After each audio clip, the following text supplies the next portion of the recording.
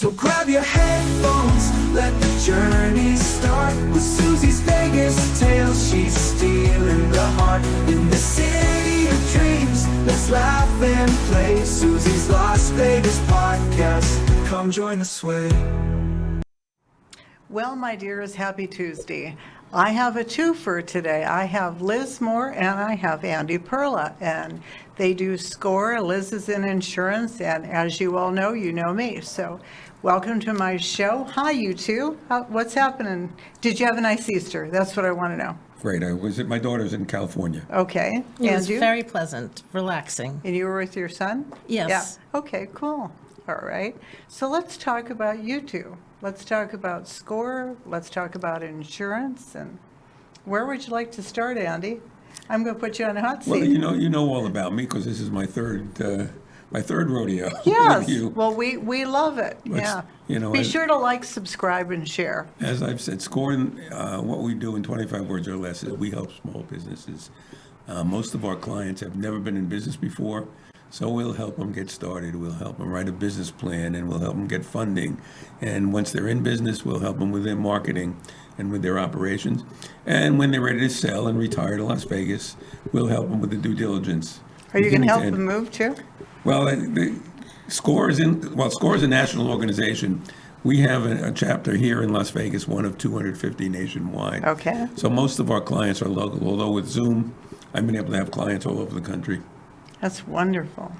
Okay, Liz, let's hear from you. So SCORE assisted me in buying a children's store back in the early 2000s. They did? Okay. I was interested in purchasing a small franchise store in Massachusetts, had a dream of opening my own business. Someone suggested to go meet with SCORE volunteers, which I did. That was in person back then, and they helped me curate a business plan and secure funding, because if it wasn't for them, I would have probably never been able to purchase the store. They got me a loan for $65,000 and off to the races. 10 years I own that. 10 years. Okay, so when did you do that, Liz? How many years ago? That was 2002. So I owned it from 2002 to 2012. Okay, is it still there? Is it still operating? It's no longer designated as a franchise. I think it may be still in business, but it's no longer a franchise. So they've turned it private, more private? Right. Okay. Well, the whole franchise got sold, so there were a lot of changes midway. Okay. All right. Well, how did you get hooked up with SCORE out here in Las Vegas? I figured, this is a good opportunity for me to give back. SCORE helped me. I had an excellent experience. My son a couple times had, communicated to me he wanted to open a business. And I always tell people you really need to contact SCORE. So I've always been sending them over the years to the organization. And I thought to myself, well, I have some time. I think I have some expertise. Maybe I would be a good volunteer.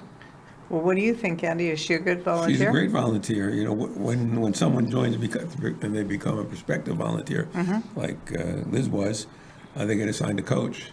And the coach works with them to walk them through all the processes that SCORE uses, the information technology and all the tools that we have.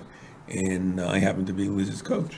Oh, really? Okay. There's a tremendous amount of information, not only on the national website and the programs that they offer, some for free, some at very low cost. I was really impressed, not only with what they offer online, but then they also have networking, women's networking in person. I went to that. I loved it. Oh my God. I've never seen so many happy women and involved and supportive in my life. And you do that, what is that, every month or every other month? Every month, at least every other month. I know we're not doing it in April, but I'm sure the next one is going to be in May. And is it always at U.S. Bank? As of now, yeah. We used to be at the Business and Industry office down the street. B&I moved to U.S. Bank, so we moved with them.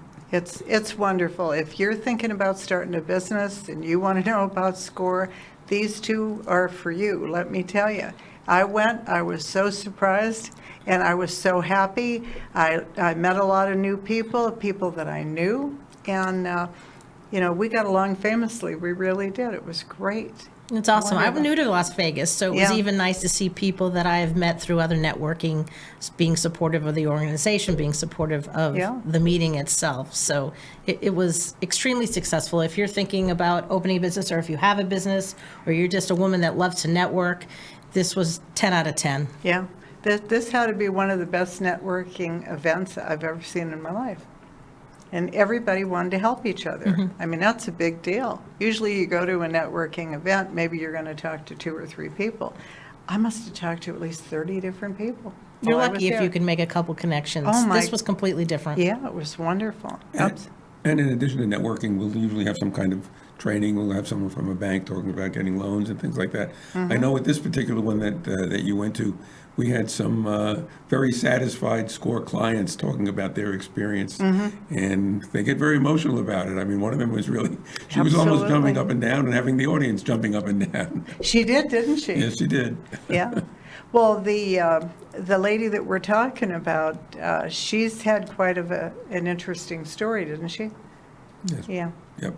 Yeah. Jocelyn, I think her name Yeah, is. Jocelyn, She's yeah. an author.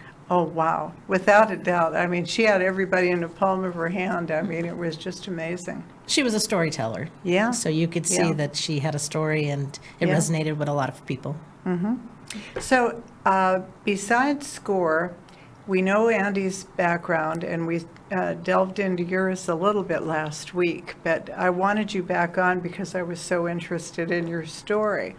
So here you're in insurance, is that correct? That is correct. So I assist people who are seeking insurance either through the Affordable Care Act, private plans, and then also I provide some information when my clients age out, because most insurance plans, unless they're working, will only cover you to 65, and then people transition to Medicare. That is a big problem and happiness, but problem also, because Medicare, when people sign on the dotted line, they don't necessarily know what they're signing, do they now? Well, I think the most important thing is that you speak to someone who's knowledgeable. So Okay. someone who's a Medicare agent or broker that has more than just, obviously there's Medicare, but then you can have a supplemental and have a lot of options. So you really need to speak to somebody who's an authority, somebody that just doesn't offer one product or one company or carrier, that's somebody that can take a look at you as an individual and make suggestions on your budget, what your needs are, and Right. that will meet, that'll be the best choice for you. Knowing that you can change after a year, but you really need to speak to somebody who's knowledgeable in the area. Well, that's what you do, isn't it? I actually focus on people who are 64 and a half and younger. Okay. But I do speak when my clients ask When me they about ask you Medicare. questions? Yeah, and Yeah. I do have an agent that I refer people to, because it's a lot moving parts. Yeah, you're right about that. So are you able to talk about different parts of Medicare? I am. There's Part A and B. Okay. Okay. What about Medicare Advantage? People think that because they sign up for Medicare Advantage, that's like you're driving a Cadillac or like a Mercedes or whatever. But the Medicare Advantage, it has some positives and some negatives to it. My brother, Dave is 76 right now. 2 years ago, he had a brain aneurysm. None of us knew, and he ended up in the hospital, and he had Medicare, and he was there for like about 30 days, but he had so many problems it wasn't funny, and they wanted to throw a feeding tube in him, and he never wanted a feeding tube. Once they did that, they discharged him the same day, because I'm his, power of attorney. And I was just mortified when I saw that. I'm 70, so I'm in our age range here. So the reason I'm asking these questions is there's a lot of people out there that want to know more about, what's good, what isn't, and how do you tailor it to you? Well, I think you need to have your ducks in a row in terms That's it.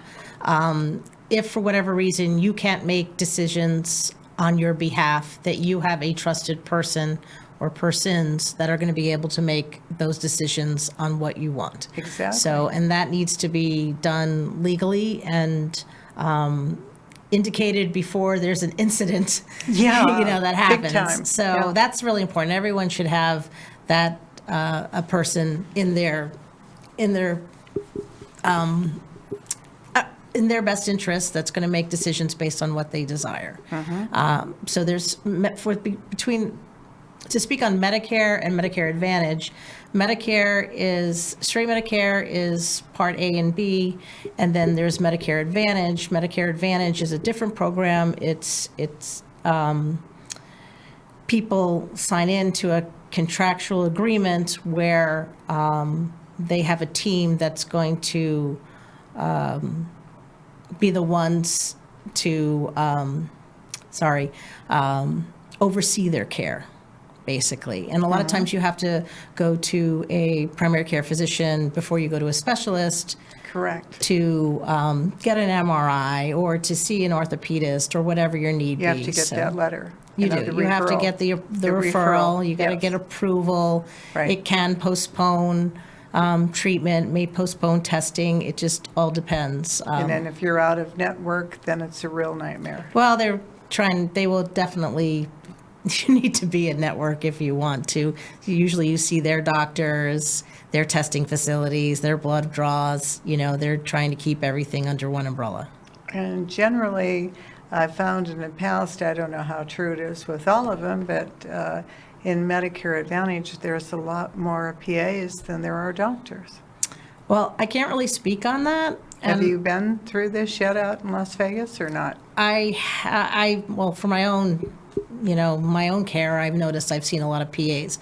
But I'm okay seeing a PA. I'm okay seeing a nurse practitioner as long as I have a connection with them and I feel they're competent people. I'm okay with that. I mean, there's doctors there that I guess I could insist on seeing a doctor, but it's more or less navigating in the healthcare system, navigating and speaking to people who you Right. feel comfortable with and that you trust. And then if you also ask questions, if they're able to address them and maybe they want to put you on a prescription and you're not really sure about that, you ask questions like, why do I need this? Is there something I can do in the interim? Maybe can I change things with some lifestyle alterations? The old days, and with my mom, she's not here anymore, but would have been 85. A doctor gave her a prescription, she would just fill it and she would just take it. She wouldn't really ask questions in terms of how is this going to affect me long term? Right. Is there an alternative? So it just all depends. Yeah. We're in that sweet age, aren't we, Andy? Yeah, well, I've been on Medicare since actually before I retired, because I was eligible at 65 and my retirement age was 66 at that time. Okay. And the biggest advantage of Medicare Advantage Yes. is you have to pay either nothing or next to nothing to enroll. And what people say is it's great when you're healthy. Right. When you start getting older and starting having illnesses, then depending on the group that you're in, you may have all the problems that Liz was talking about. You have to get pre-approval for everything. Yes. So now what I had at the time, Medicare had a Plan F, which was a zero deductible. But I did that, and I had to get supplemental insurance. Medicare covers 80%. Supplement covers the other 20%. Right. And I have not had to pay any deductibles. But my supplemental insurance has gone up every year, a little bit every year. But overall, the out-of-pocket expenses total have not been too bad. I've had a couple of serious illnesses that had no problem getting covered. And, unfortunately, Part F is not available anymore to people signing in now. Right. And then you have to make that decision. Do I want to save some money up front? But what happens later on? Right. That's the big question. And the other thing is, it's hard to switch back. If you're in Medicare Advantage, it becomes pretty difficult. They'll go through the pre-existing conditions and all. When you first sign up for Medicare, they don't care about pre-existing conditions. But if you Yes. try to switch into it later on, after your retirement date, then you may be denied because you have a pre-existing condition. And that's usually what drives people to get away from Medicare Advantage. They've got that condition already. Now what do I do? Do I wait 6 months for an x-ray? Maybe that's a little No, it's true. much. People do that. Or- A friend of mine just died last Or week. do I have to go and pay for it myself? So that's a decision that you have to make. I talked to a lot of my friends that were already enrolled, and they told me the pluses and the minuses, and we decided to go to just plain Medicare. And That's what I have too. overall, I think it was a good decision. I think Plain Medicare offers you more choices. It does. At the end of the day. And if you're somebody who thrives on making your own choices, making your own decisions, would be a benefit for somebody to stay on straight Medicare versus Medicare Advantage. I mean, it all depends. Everyone's different. Right. Well, the whole thing is when you get people calling you all the time and saying, oh, it's Medicare enrollment, we can save you all this extra money and you need to switch over to us. And, they're always doing a push every year, like why we need to do this, why we need to do that. And like I said to you, my husband, Steve, and I are on straight Medicare. Steve was in insurance for most of his life, but he sold annuities for doctors. So that's a little different story. And we were straight Medicare and, the 80-20. But when you're getting older, a lot of times people don't have the extra money and then you don't realize when things happen and it's too late and you get in the hospital and it's fine while you're in the hospital. But that 30-day mark comes up and boy, they want you out of there. They're great at taking care of you in a hospital, but God help you if you have to go to an assisted living home. That adds a new dimension to your life more than you could imagine. Assisted living is usually private pay. Now, if they're going to go to short-term rehab, that may be covered. But assisted living is usually private pay. There's very few Most of them facilities. are really, really, really bad in that situation. And I can totally attest to it. That's why I wanted to do another show on insurance. When Dave was in there at the 30-day mark, the feeding tube, I told you about that. Then they gave us a list of the assisted living to send them to. But what you don't realize is when somebody has a feeding tube in, none of the assisted living want to take you. Well, that's too much care. Right, but and they don't the have. hospital did that because they wanted him to eat and they had him intubated from the very beginning. And it was really touch and go for me. It was like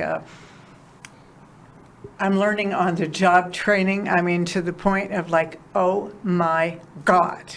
And so I ran around and I saw the places and I wouldn't put anybody I didn't like in there, let alone him.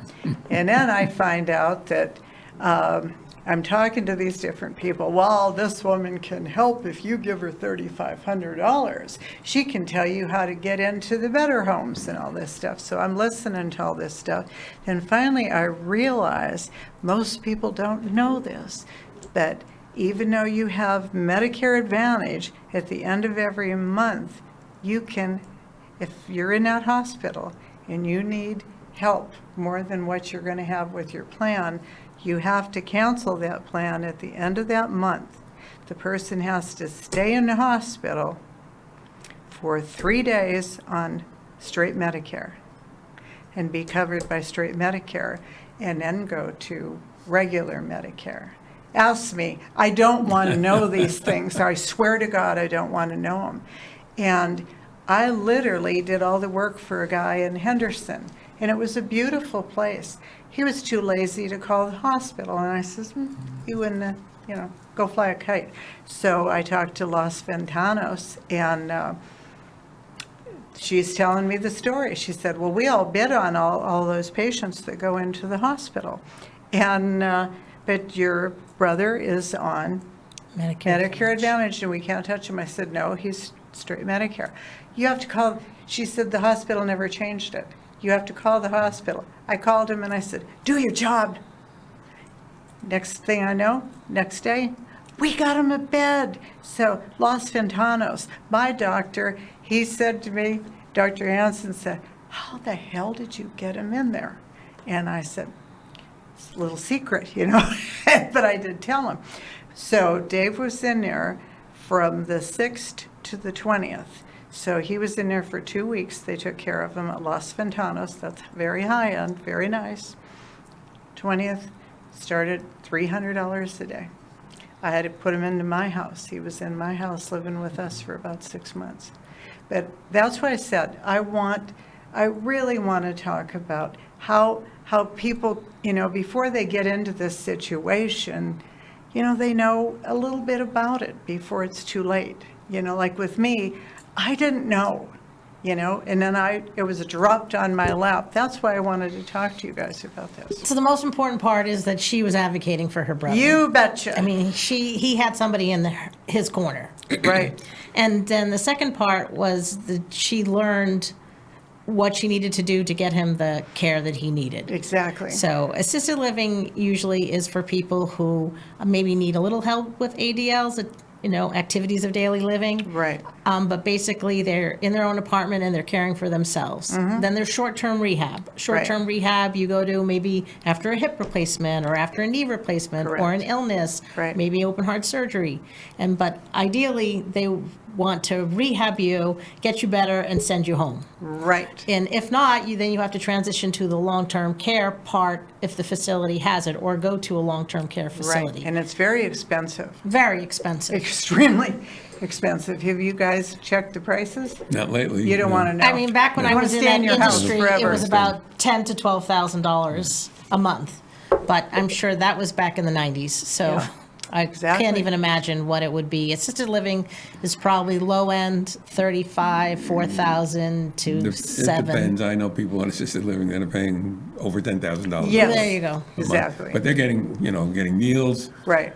free parking. They even have an electric car. They charge their car for them. Yeah, yeah. So, it all depends on, your situation. One of the things, the habit that I got into, starting in October when the phones start ringing to try to get you to switch, hang up. As soon as I hear the Best word Medicare, idea. I want to talk to you about your Medicare. Goodbye. Yeah. I don't even say goodbye. I No, just hang up. no, that's it. That's a better way to do it. The Because phone calls are, they're annoying as hell, and they don't always, so I'm on a list. I get Yeah. about 15 to 20 calls a day. They Yeah. start at, because my phone number is from the East Coast, Yeah. they start at about 5 a.m. Yeah, And I know the phone number typically doesn't say it's spam, but I know, I'm not even 65. I'm close to it, but not 65 yet. you okay? Yeah, And years ago, they weren't supposed to be soliciting. You would have to call them. I don't know what law that changed. So I advise people, put yourself on the do not call list, put yourself on the state registry, do not call, and the national registry. It may cut them down a little bit, but it's never going to stop them completely. no.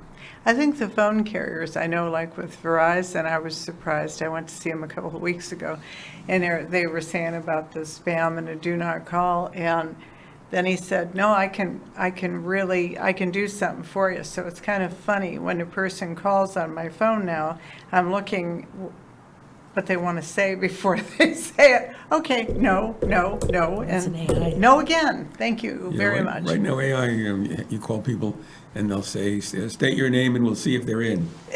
And they're saying, well, and then AI gives them your name and then they're in, but they don't have to be in. That's So right. to you, they're not in.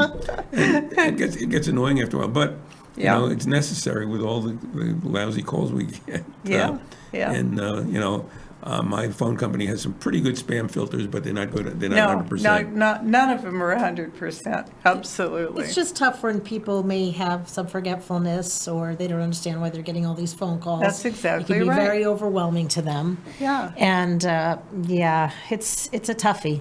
Yeah.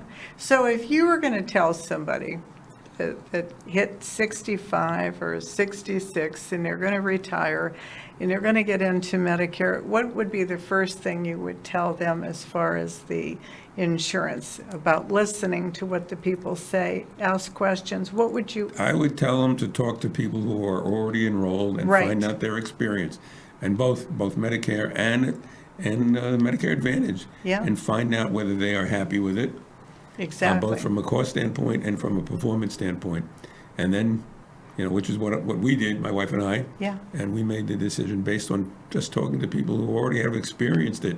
And if someone came to me, I haven't experienced Medicare Advantage, but I don't ever want to experience Medicare Advantage. No, me and neither. that's what I would tell people. But Yeah. they have to make the decision. I can't make Right. the decision for them. Okay, Liz, you're on. What about you?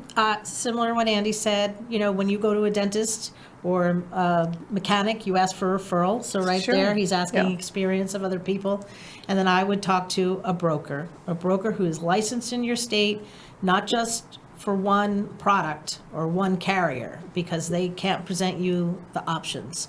You want someone who is licensed, who's been doing it a while, and has can speak on what's available to you. And like I said, I personally wouldn't enroll in Medicare Advantage, but I know some people that are on it and they're happy with it. So it's a personal choice. So what does a broker mean for people that don't know? Tell them what a broker An is. insurance broker in any insurance industry, you're not beholden to one company. So you're officially licensed in the state or states. You have a resident license, so the state that you're in, you have a resident license. And then if you're licensed in other states, that's considered a non-resident license. So I wouldn't talk to anyone who doesn't have a license, is not willing to email me their license, so I can see that they're at least legitimate, able to offer the product. Exactly. Because I think it's super important. Oh, yeah. People speak on it all the time and they might not even be licensed. Or now with AI, they have pre-screeners. The people that are calling, you can tell they're Exactly. AI. Then you get to someone else, usually they're in a foreign country, and they're now pre-screening you, asking you your age. They're asking you a lot of personal questions, because I've experienced it.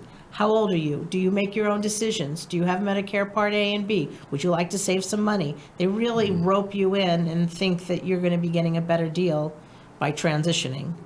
And that's even before you speak to a licensed agent. They'll tell you they're not licensed. They won't tell you the company they're calling from. It's really frustrating. Well, see, these are good things, and it's good advice, and it's wonderful to bring this out, because a lot of people are sitting out there and they get all these phone calls and they're thinking, well, if it's cheaper, maybe it's okay, maybe I can, not necessarily, or if it's more expensive, no, but it's always good to do your homework, as you say. One other source of information is AARP, American Association of Retired, and that's how we found our supplement.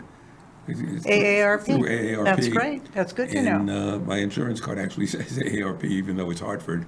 Yeah. But they'll stand by the ones that they recommend. But again, talk to people who've used it. Whatever the broker tells you, get references from people who've actually used it and find out their experience. Just about everything, like you said, dentist, doctor, everything. Right. Don't just go in blind and say everything is going to be all right. Especially when the broker tells you everything is all right, then I start getting suspicious. Remember, folks, this is your life that we're talking about, and our lives. Yeah. So if you want to hear more about what we have to say and you've got questions, be sure to send them to me. And I'd love to have Liz back on, and Andy. And anything we don't know, we will research. So what about you? So if people want to get a hold of you, how do they do that, Liz? You can contact me at liz@moretrustinsurance.com, and then my phone number is 561-886-8086. You can text or call. If I don't know it, I will definitely research it for you and find you the right information. And what about And you, I can be Andy? reached at my name, Andrew.Perla, ANDREW.PERLA, at scorevolunteer.org. And I'll put in my commercial. If you would like a SCORE mentor, go to score.org/Las Vegas and select Find a Mentor. And if you want to become a volunteer, like Liz, score.org/Las Vegas, become a volunteer. Well, you heard it here first. We've got the talent here, we've got everything. And I'd love to hear more from our audience as to what you want to hear, but definitely insurance is on the top of the list from everybody I talk to, especially Medicare, because we're all of that certain age. So that's our show for today. Take care. So grab your headphones, let the journey start with Suzy's Vegas tales. She's stealing the heart in the city of dreams. Let's laugh and play Suzy's Las Vegas podcast. Come join the sway.